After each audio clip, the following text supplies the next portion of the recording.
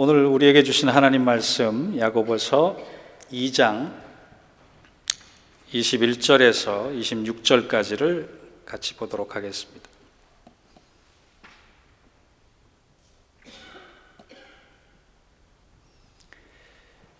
제가 한 절 읽고 여러분 한 절 읽겠습니다. 우리 조상 아브라함이 그 아들 이삭을 제단에 바칠 때에 행함으로 의롭다 하심을 받은 것이 아니냐? 내가 보거니와 믿음이 그의 행함과 함께 일하고 행함으로 믿음이 온전하게 되었느니라. 이에 성경에 이른 바 아브라함이 하나님을 믿으니 이것을 의로 여기셨다는 말씀이 이루어졌고 그는 하나님의 벗이라 칭함을 받았나니 이로 보건대 사람이 행함으로 의롭다 하심을 받고 믿음으로만은 아니니라. 또 이와 같이 기생 라합이 사자들을 접대하여 다른 길로 나가게 할 때 행함으로 의롭다 하심을 받은 것이 아니냐? 영혼 없는 몸이 죽은 것 같이 행함이 없는 믿음은 죽은 것이니라. 아멘. 이는 하나님 말씀입니다. 저는 인생을 살아오면서 좋은 선생님, 좋은 스승을 만났으면 좋겠다 참 여러 번 생각을 했습니다. 신앙의 롤모델을 따라서 가고 싶었던 청년 때도 있었고 신학교 시절도 있었고 또 목사 초년병 시절도 있었습니다. 예수님은 계시지만 예수님은 멀리 계신 것 같고 내 눈앞에 누군가 내 선생, 인생의 길이 되어줬으면 하는 식으로 생각을 해서 그런 분이다 여겨지면 아무 조건 없이 뛰어가서 나에게 선생님이 되어달라 매달리곤 했습니다. 그런데 불행하게도 그분들과 가까이 지내는 순간 역시 이분들도 인간이구나 라고 하는 실망과 또 한계를 보면서 정녕 이 시대의 영적 스승은 신앙적 롤모델은 없을까라고 하는 고민을 한두 번 해본 적이 아닙니다. 그리고 나이가 조금씩 들어가면서 그런 스승과 롤모델을 찾을 수 없다면 내가 돼보자라고 하는 다짐도 해봤어요. 그런데 그렇게 노력하면 할수록 부족한 모습만 여전히 내 안에서 보이더란 말이에요. 여러분, 자기가 인생을 살아가면서 내가 정말 저 사람을 닮고 싶다, 저 사람을 본받고 싶다, 저 사람을 따라가고 싶다, 그런 만남을 가진 것은 만남의 축복 중에 가장 최고의 축복이라고 생각합니다.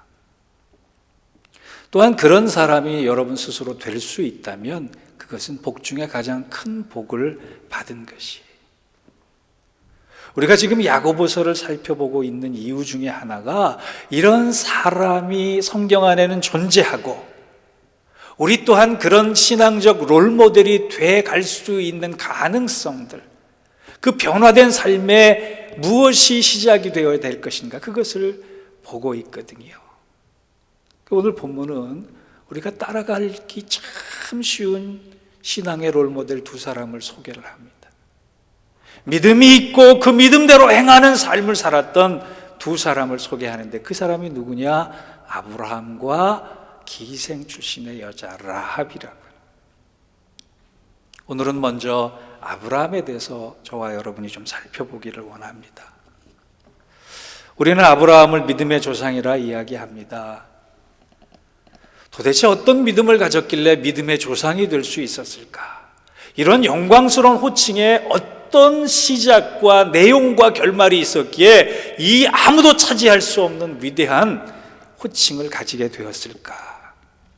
요즘 한국에서 신계급 사회에 수저 논란이 있다 그래요. 어떤 사람은 태어날 때부터 금수저를 물고 태어나고 어떤 사람은 태어나면서부터 흙수저를 물고 태어나서 이 흙수저는 아무리 노력하고 노력해도 놋수저를 쥐고 있는 사람은 아무리 땀 흘리고 수고해도 이 금수저한테 갈 수가 없다, 이런 얘기예요. 믿음도 그럴까요? 믿음도 도저히 넘볼 수 없는 어떤 거룩한 영역이 있어서 우리 같은 사람은 아무리 노력을 해도 그 믿음의 단계에 이르지 못할까요? 아브라함은 우리와 너무나 큰 차이의 믿음을 가지고 있어서 그는 믿음의 조상이 되고 우리는 이렇게 평범한 신앙인이 되었을까요? 그런 각도에서 말씀을 준비하다 보니까 아브라함이 믿음의 조상으로는 턱없이 부족한 믿음의 면모를 갖고 있었다는 겁니다. 우리와 똑같이 부족한 사람이었고 우리와 똑같은 성정을 가지고 똑같은 부족함 때문에 힘들어했던 사람이래요. 예를 들어서 아브라함은 훌륭한 믿음의 전수를 부모님으로부터 받지 못한 사람이었어요. 그가 자란 환경이 믿음의 환경으로서는 좋지 않은 환경이었다는 거예요. 여호수아 24장 2절을 보면 그의 아브라함의 아버지 데라라고 하는 사람은 불의 신을 섬기기 위한 우상의 형상을 만드는 직업을 가졌어요. 아버지가 우상을 숭배하는 사람이 믿음의 조상의 아버지였다는 거예요. 두 번째로 보면 아브라함은요, 정말 젊어서부터 하나님의 뜻을 쫓은 사람이 아니라 그는 여전히 돈을 쫓은 사람이었어요. 우리가 보통 창세기 12장 1절을 하나님께서 아브라함을 부르시는 장면으로 이해를 합니다. 그래서 모든 것 버리고 훌훌 떠날 수 있는 그런 훌륭한 사람으로 생각하는데 11장을 읽어보면 아브라함은 12장에 두 번째 부름을 받은 거예요. 11장에 이미 부름 받았어요. 하나님께서 아브라함에게 나타나셔서 아브라함을 설득하시고 너는 이 죄가 많은 환경을 떠나서 우르를 떠나서 가나안으로 가라라고 명령을 하셨어요. 그 명령에 순종을 해서 가나안의 아브라함이 가족들을 설득한 다음에 아버지까지 설득을 해서 가나안으로 가는 도중에 하란이라고 하는 곳에 머물게 되겠다라고 성경은 기록해요. 여러분, 하란 땅은 어떤 땅이냐 하면 경제적으로 풍성한 땅이에요. 우상이 횡행한 땅이에요. 아브라함이 가족을 데리고 처음으로 선택한 땅이 믿음의 땅이 아니라 약속의 땅이 아니라 경제적인 번영이 보장된 땅이었다네. 거기에서 아버지가 우상 숭배를 하는 직업을 갖고 있었으니 그도 역시 순종은 하되 마음속의 욕망과 돈에 대한 욕심은 끊임없었던 사람이라는 거예요. 그러다가 하나님께서 두 번째 창세기 12장 1절에 너는 너의 본토 친척 아비 집을 떠나 내가 내게 지시할 땅으로 가라라고 말씀하셨을 때 그제서야 그 소명에 응답을 하는데 그때는 아버지가 죽고 나서였어요. 조금 더 떠나기가 쉬웠다는 거지요. 그는 어쨌든 돈에 욕심이 많았던 사람입니다. 그런가 하면 세 번째 아브라함은요, 자기 목숨을 연명하기 위해서 아내까지 팔한 도덕적으로 비열한 사람이었어요. 한 번이 아니라 두 번입니다.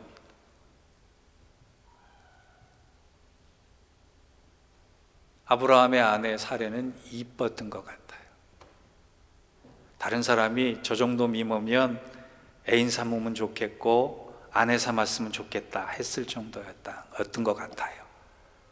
그래서 애굽 땅에 먹을 것을 구하기 위해서 내려갔는데 애굽 사람들이 자기 아내를 탐하고 모자라서 애굽 왕에게까지 자기 아내를 팔아먹으면서 아브라함이 얻은 것이 양과 소와 노비와 나귀였어요.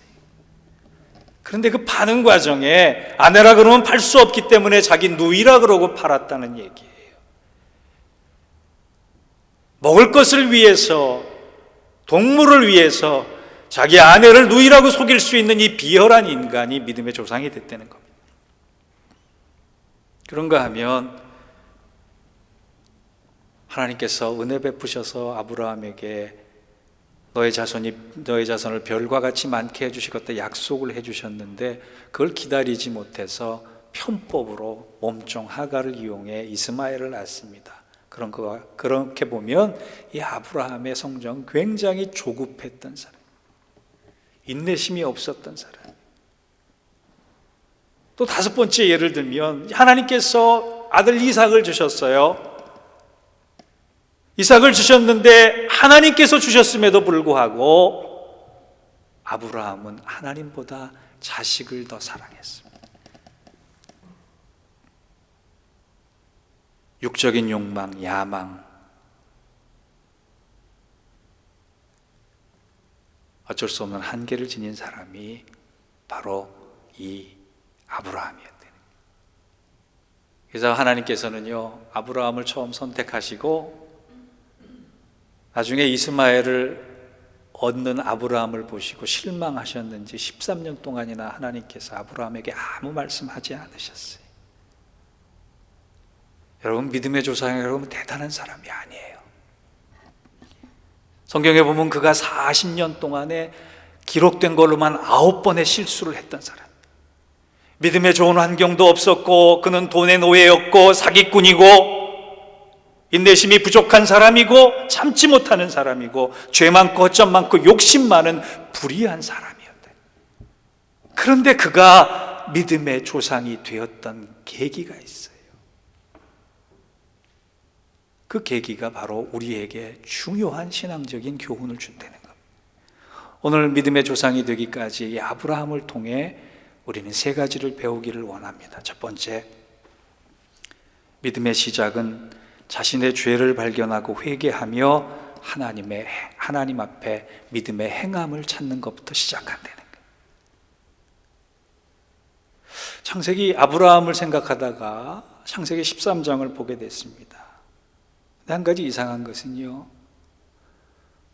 하나님께서 애굽 땅에 내려간 아브라함이 자기 아내를 누이라고 속이고 팔아서 얻었는데 하나님께서 계속해서 물질을 주세요.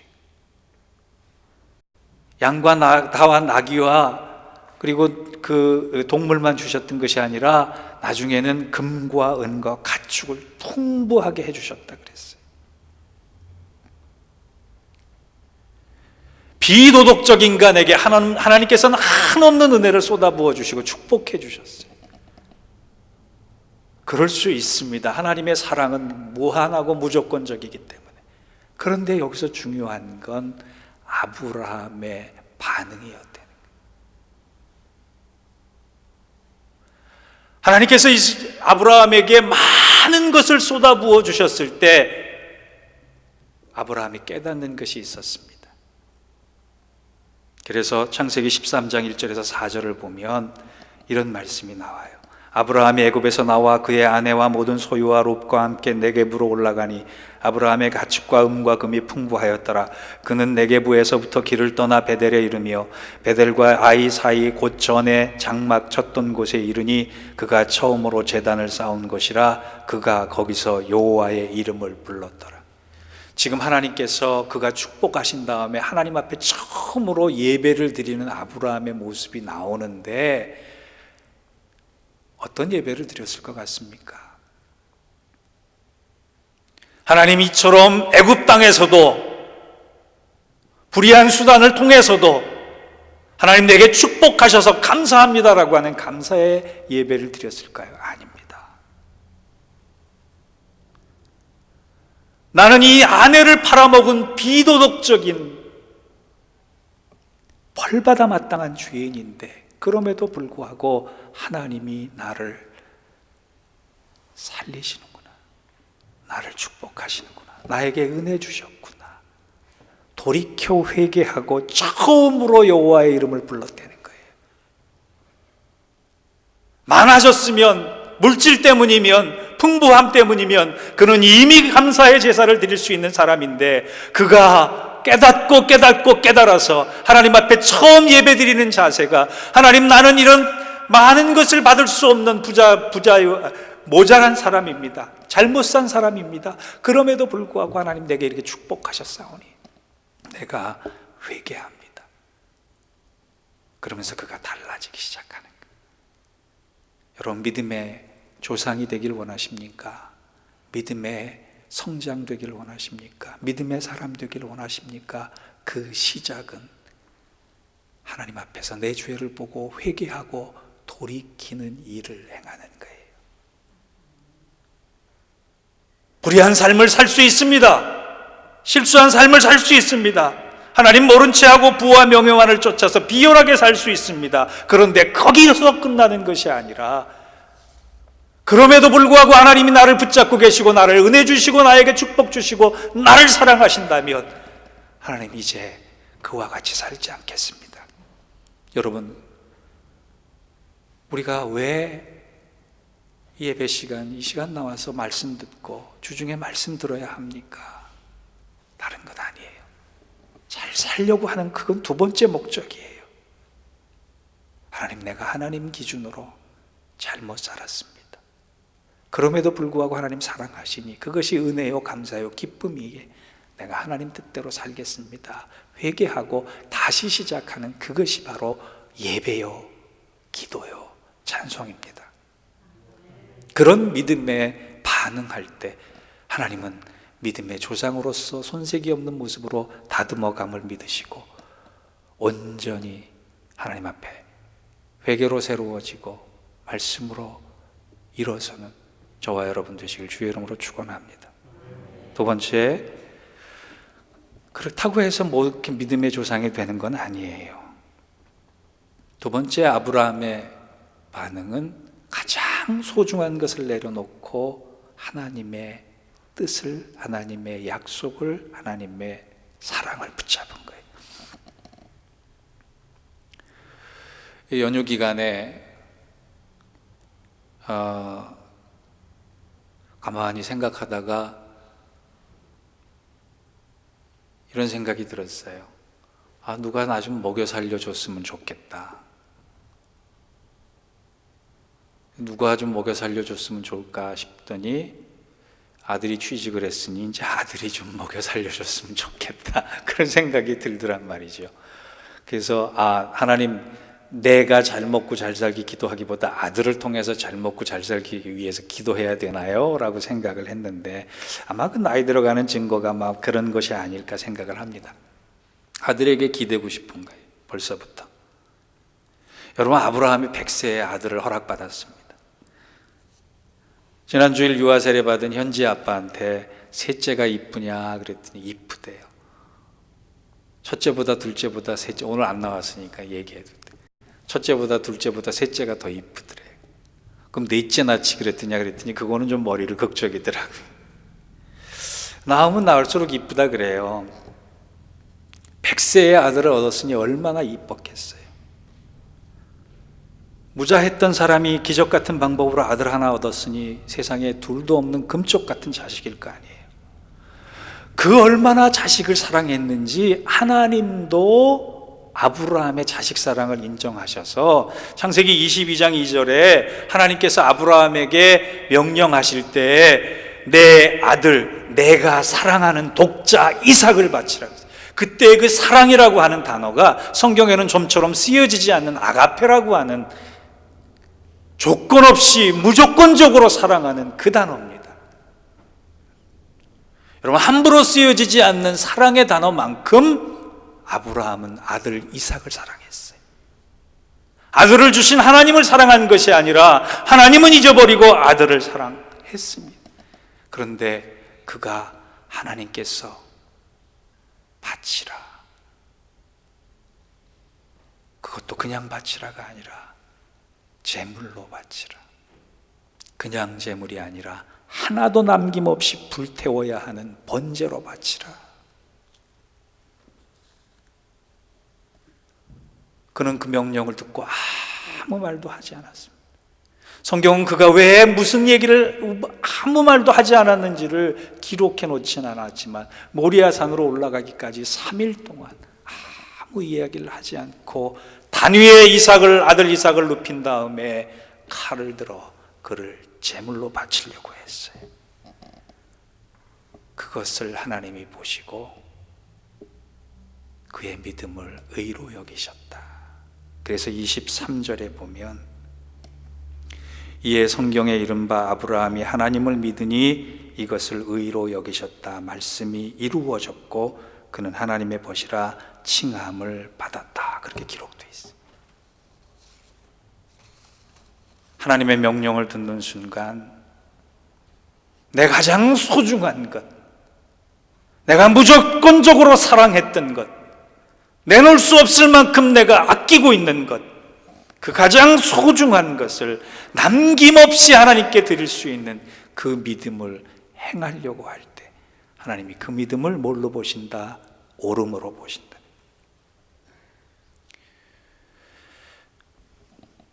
한번 여러분, 내가 하나님께서 아브라함에게 명령하셨듯이 나에게 바치라고 하는 것이 있으면 뭘까 한번 생각해 보세요. 어떤 사람은 성격일 수 있어요. 어떤 사람은 돈일 수 있어요. 어떤 사람은 직분일 수 있어요. 어떤 사람은 돋보임일 수 있어요. 저 설교 준비하면서 이렇게 생각했어요. 하나님이 나한테 너가 가장 소중하게 여기는 건 뭐냐? 그거 바칠래? 예. 그게 뭔데? 저 목사라는 타이틀이요. 그럼 하나님이 금방 가져가실 것 같더란 말이에요. 하나님은 치사한 하나님 아니세요. 가장 소중한 거 달라 하시고 그거 꿀꺽 하신 하나님 아니세요. 이 은혜의 장면에서 등장하는 하나님의 성품이, 하나님의 사랑이 여호와 이레 하나님이세요.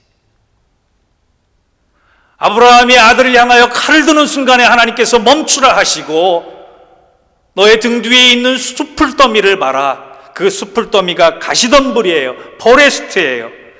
히브리어로 샤바크예요. 여러분 광야길에 가끔 사막에 이따만한 가시덤불 굴러다니는 거 봤지요? 그거 자기 앞으로 돌아온다고 생각해 보세요. 그거 정면으로 맞는 사람 아무도 없습니다. 그 가시덤불이 오는 순간 사람들은 다 피합니다. 무엇을 상징합니까? 내가 피하고 싶은 문제, 피하고 싶은 상황, 피하고 싶은 사람, 하나님께서는 그 사람을 이용해서 나에게 축복해 주시기를 원하신다는 거예요. 그 샤바크, 그 포레스트에 수양이 걸려 있었어요. 하나님은 가장 소중한 것을 내려놓게 하시고 오히려 하나님의 뜻을 위해서 내가 가장 피하고 싶은 상황과 시간과 사람과 환경을 통하여 더 큰 축복을 예비하심을 경험해 놓으신다는 것, 그것이 여호와 이레라는 거예요. 그걸 경험을 하지 않으면 우리는 내가 만들어 놓은 이삭만 바라보느라고 하나님이 주신 이삭은 바라볼 수 없는 사람입니다. 사랑하는 성도 여러분, 믿음의 길을 걸어갈 때 때로는 하나님이 정말 가슴 아프게 이건 내놔라, 이건 내놔라 하실 때가 있어요. 그럴 때 내놓으세요. 그것이 성격이든 그것이 성품이든 그것이 미래든 내놓으세요. 행하세요. 그거 걱정되니까 우리 못 내놓잖아요. 그런데 하나님은 숲풀더미를 이용해서 여호와 이레를 준비하심을 보여주셨어요. 사랑하는 성도 여러분의 가장 중요한 고집과 편견과 그리고 내 방향, 내 목적 내려놓을 때 하나님은 더 큰 은혜로 우리를 풍성케 하실 것을 믿습니다. 그러한 은혜와 사랑이 우리 모두에게 함께 하길 바랍니다. 마지막 세 번째로 믿음의 시작을 하려면 아브라함처럼 이름이 바뀐 삶을 살아야 돼요. 여러분, 러시아의 독재자 스탈린의 원래 이름은 루가슈빌이었어요. 루가슈빌이 무슨 뜻인지 저는 알지 못하지만 그가 정치에 입문하면서 강철의 사나이, Man of Steel이라고 해서 강철 같은 사나이라고 이름을 바꾸어서 스탈린이 된 겁니다. 한 사람은 철자가 들어간 데서 러시아의 지도자가 됐는데, 독재자가 됐는데, 저는 철자를 가지고 있어도 정말 이름값을 못하는 것 같아요. 스탈린은 자기 스스로 이름을 바꿨지만 성경에서 하나님께서 이름을 바꿔주신 몇 가지 예가 나옵니다. 아브라함을 아브라함으로 바꿔주시고, 사라를 사레로, 어떻게 되지요? 사레를 사라로 바꿔주시죠. 그리고 간사한 야곱을 뭘로 바꿔주세요? 이스라엘로 바꿔주시고, 불같은 성격, 통제 못하는 사람 시몬을 베드로로 바꿔주시고, 예수를 핍박하던 사울을 예수 위에 목숨 내놓는 바울로 바꿔주시잖아요. 저도 사실 제 이름 좀 바꾸고 싶어요. 이름이 외자여서 놀림도 많이 당하고 이름이 또 돌림자로서 철자잖아요. 그 제가 초등학교 다닐 때 너 언제 철들래, 언제 철들래 맨날 그랬어요. 그 철이 이미 들었기 때문에 철입니다, 그렇게 얘기를 해도 사람들이 안 믿더란 말이에요. 가만히 생각해 보니까 철들려면 아직 멀어서 철인 것 같아요. 그러다가 평생 철 못 들고 죽지 않을까 생각도 듭니다. 그래서 철이 든다라고 하는 것에 대한 반대말이 뭐지? 그걸 말을 성숙하다 그러잖아요. 그래서 생각해 봤더니 이름이 정성숙이에요. 뭐 이건 좀 여자 이름 같고 그건 좀 심하다. 성경적으로 다윗 그건 너무 크고 솔로몬쯤으로 바꿀까? 정솔로몬 어떠세요? 그랬더니 여자 1000명 정도는 거느릴 만큼 돈이 있어야 될 것 같고 힘이 있어야 될 것 같으니까 아예 이름 바꿔서 사는 것보다 이름에 충실해서 살자, 그런 생각을 했는데 하나님께서 아브람을 아브라함으로 바꿔주셨어요. 이름을 바꿔주셨다라고 하는 건 인생의 목적을 바꾸란 얘기예요. 인생의 사명을 바꾸란 얘기예요. 너의 운명이 바뀌었으니 다르게 살라라고 하는. 사명이 바뀌고 목적이 바뀐 사람은 인격이 바뀝니다. 하나님께서 내가 너를 통해 일하시겠다라고 말씀하시면서 바꿔주시는 것이 이름이에요. 저는 우리 안에 영적인 이름이 바뀌어져서 그 목적과 그 내용대로 살아갈 수 있기를 바랍니다. 가장 좋은 이름은 자기 이름에 그리스도인이라고 하는 이름을 붙이는 것이. 여러분, 캐톨릭의 세례명처럼 어떤 세례명을 붙이는 것, 그것도 좋을 수 있지만 정철, 나는 그리스도인입니다 라고 하는 이름을 붙이는 것이 가장 좋을 것 같습니다. 결론을 맺습니다. 하나님은 나이에 상관없이 하나님의 사람을 부르십니다. 아브라함은 75세 부름받았지만 하나님께서 이름을 바꿔주셔서 새로운 사명과 목적을 주시기까지 24년을 잘못 보낸 사람이에요. 그런데도 불구하고 하나님은 99세에 약속 주시고 이름 바꿔주시고 100세의 언약의 아들을 주시잖아요. 또 두 번째, 기운 빠지고 열정 빠져 있을 때 하나님 부르세요. 여러분, 기운 차 있을 땐 절대 하나님 순종하지 않습니다. 풍선에 바람 빠지듯이 다 빠지게 되면 하나님이 그 사람 들어쓰세요. 어제 설교를 마무리하면서 저와 여러분을 위해서 기도했습니다. 하나님, 우리 모두가 더 늦지 않게 에너지가 남아있을 때 부름받게 해주세요 기도하다가 결론을 맺으면서 기도를 바꿨어요. 하나님, 우리가 힘이 없더라도 불러주세요. 하나님, 우리가 나이 들었어도 불러주세요. 아브라함처럼 각 가정에, 각 사업장에, 교회에 믿음의 새로운 조상이 되기를 원합니다. 그 시작이 되기를 원합니다. 그때 하나님께서 마지막으로 제게 주신 결론이 있어요. 아브라함이 흠이 많고 실수가 많아서 불러주셨다는 거예요. 처음부터 의로워서 불러주신 것이 아니라 그는 여전히 비도덕적인 사람이었고 비열한 사람이었고 목적이 돈에 있었던 사람이었고 잘 먹고 잘 사는 것이 전부인 줄 알았고 그를 위해 수단과 방법을 가리지 않았던 사람이지만 그가 실패하고 나서 그 실패를 통해서 하나님 앞에 나는 아무것도 자식도 낳을 수 없는 연약한 인간입니다 고백할 때 하나님이 이름 바꿔주시고 그를 새롭게 하셨다는 거예요.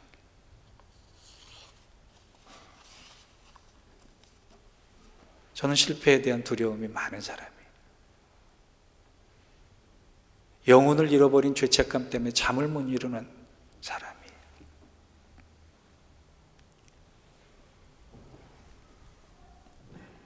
하나님, 나 같은 못난 사람 쓰시려고 얼마나 고민이 많으십니까? 한탄하는 사람인데 하나님께서 그러시더라고요. 사람은 깨진 그릇 안 쓰지만 나는 깨진 그릇이어야지 쓴다 그러시더라고요. 언제 우리가 의로워서 하나님의 선택 받았습니까? 아브라함이 훌륭해서 하나님 부름받아서 믿음의 조상이 됐습니까? 우리 모두 한 가정, 한 관계, 한 교회, 한 직장에 믿음의 조상이 될 수 있습니다. 그런데 그때는 깨진 사람이었을 때, 그 실패를 통해 하나님 만난 사람이었을 때, 저는 2015년이 사실 좀 잊혀지지 않는 한 해가 될 것 같아요. 하나님은 그 깨진 일들을 통해서 이제 내가 너희들을 비로소 사용하겠다. 너희들을 비로소 조상 삼겠다. 여러분, 주눅 들지 맙시다. 대신 교만하지도 맙시다. 아브라함이 하나님을 찾아간 것이 아니라 하나님께서 아브라함을 찾아오셨어요. 우리에게 찾아오실 것입니다. 그리고 우리의 이름을 바꿔주시고 우리를 붙잡으시고 우리를 통해 놀라운 일들을 행해 가실 것입니다. 이 아브라함의 은혜와 축복이 우리 모두에게 있기를 주의 이름으로 축원합니다. 기도하겠습니다. 하나님, 감사합니다. 아브라함이 이름이 바뀌었던 것처럼 우리의 영의 이름도 바뀌고 새롭게 되어 하나님의 뜻대로 쓰임받는 여호와 일에 하나님을 경험하는 귀한 교회, 귀한 성도, 귀한 당신의 아들, 딸들 되게 하여 주옵소서. 예수님의 이름으로 기도하옵나이다. 아멘.